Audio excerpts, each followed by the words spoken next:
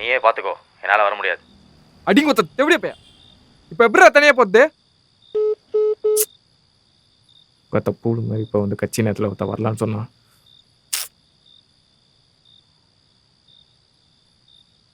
என்னடா ஆச்சு? ஒன்றும் இல்லை மச்சான், அண்ணனோட பார்சல் ஒன்று டெலிவரி பண்ணும். அது வேறு சிக்கமான ஏரியா, கூட வர பையனை சொதப்பிட்டான். தனியாக போகிற மாதிரி இது என்ன பண்ணுறேன்னே தெரில. சரி அதை விடு, நீ கிளம்பு, நான் பார்த்துக்கிறேன். நான் முடிச்சுட்டு உன்னை கூப்பிட்றேன். டெலிவரி பண்ணா உனக்கு எவ்வளோ கிடைக்கும்? நான் முடிச்சிட்டா உனக்கு தரேன்னு சொன்ன 3 லட்ச ரூபா வரும். அப்போ நானும் உன் கூட வரேன். ஏய் அதெல்லாம் ஒன்றும் தேவையில்ல, நீ கிளம்பு.